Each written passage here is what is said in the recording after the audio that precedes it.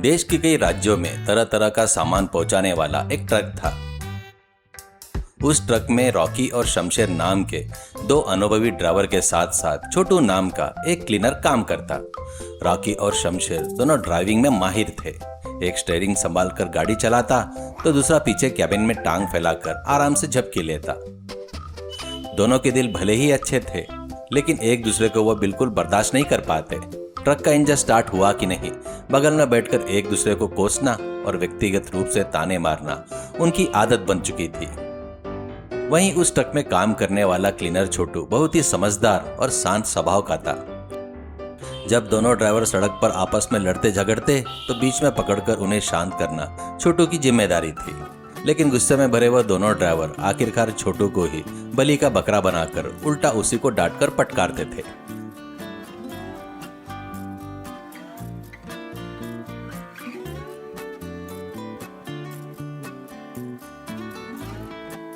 एक दिन वह नेशनल हाईवे पर तेज रफ्तार से ट्रक दौड़ता चला जा रहा था। रॉकी स्टीयरिंग थामे ड्राइविंग कर रहा था और शमशेर बगल की सीट पर बैठकर कचौड़ियां खाते हुए उनके कागज पत्तों को नीचे फेंक रहा था। अरे शमशेर, ट्रक में टनों के हिसाब से प्याज का लोड भरा है और तू यहाँ दिन भर कचौड़ियां ठूस ठूस कर पूरे केबिन को गंदा कर रहा है।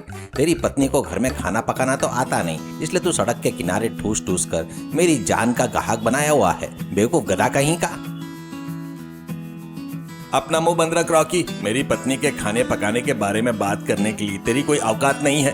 क्या मुझे तेरी असलियत नहीं पता? घर में अपनी बीवी से डरकर रोज झाड़ू की मार खाने वाला और फिर भागकर ट्रक पर चढ़ने वाला डरपोक मुंह है तेरा। अगर तू मिनट मिनट में एक सिगरेट ना फूके तो तुझे ट्रक तक नहीं चलाया जाता। इतना बड़ा आलसी है तू।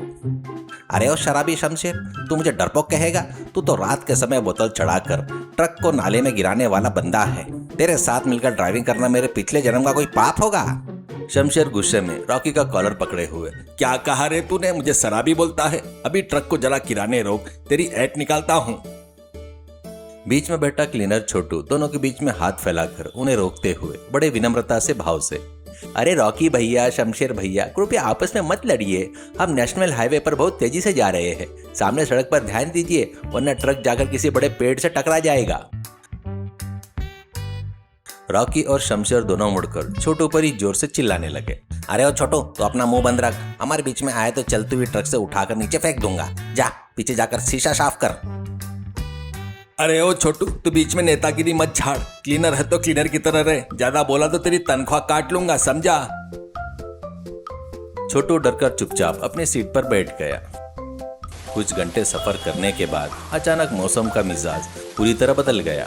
आसमान में काले बादल छा गए और तूफानी हवाओं के साथ मूसलाधार बारिश शुरू हो गई। तेज हवा और तूफान के कारण सड़कें जलमग्न हो गई। पास ही बहती एक नदी उफान पर आई, जिसने नेशनल हाईवे पर घुटनों तक पानी भर गया। आगे बढ़ने का कोई रास्ता नहीं था और ना ही पीछे जाने का कोई मार्ग। उस तूफान और बाढ़ के पानी के बीच में उनका ट्रक वहीं थम गया।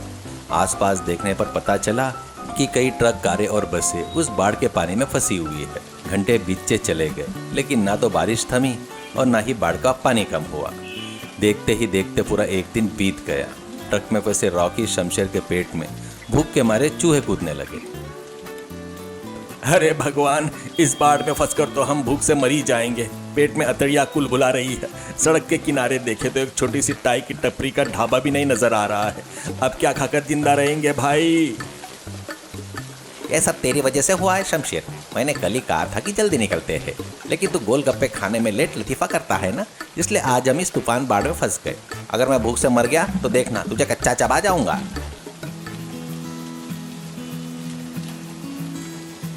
दोनों में बात इतनी बढ़ गई कि एक ही बार वह फिर से एक दूसरे का कॉलर पकड़कर हाथापाई पर उतर आए।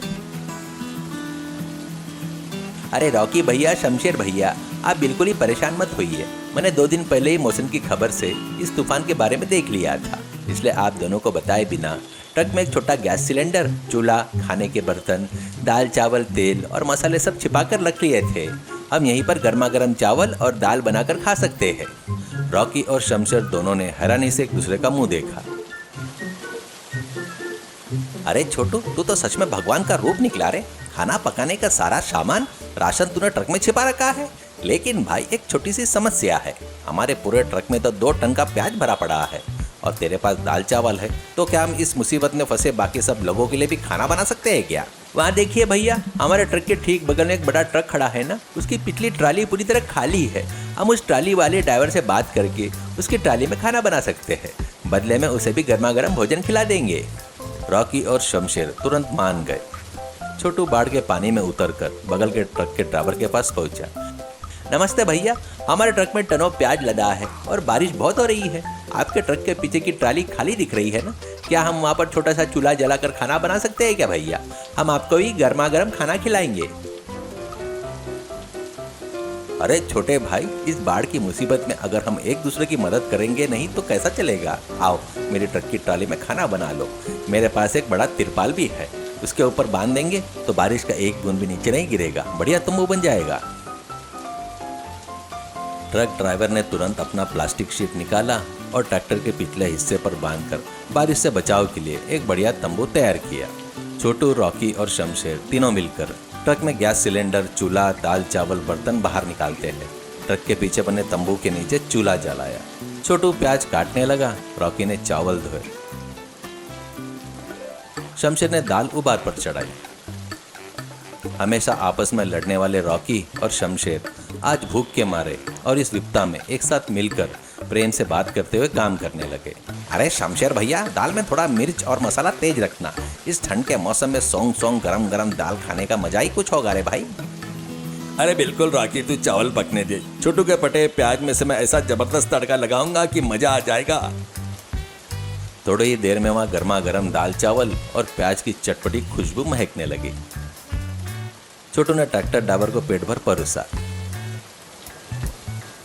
अरे बाप रे, इस बाढ़ के पानी में भी ऐसा गर्मा गर्म चावल मिल जाना तो अमृत से कम नहीं है भैया। आपका बहुत बहुत धन्यवाद। जब वे तीनों आपस में अपने अपनी प्लेट में गर्मा गर्म खाना परोसकर खाने ही वाले थे, तभी छोटू ने ध्यान दिया कि आपस में फंसे बाकी ट्रक ड्राइवर और क्लीनर भी भूख से बेहाल होकर उदासी की नजरों से उनकी तरफ देख रहे थे।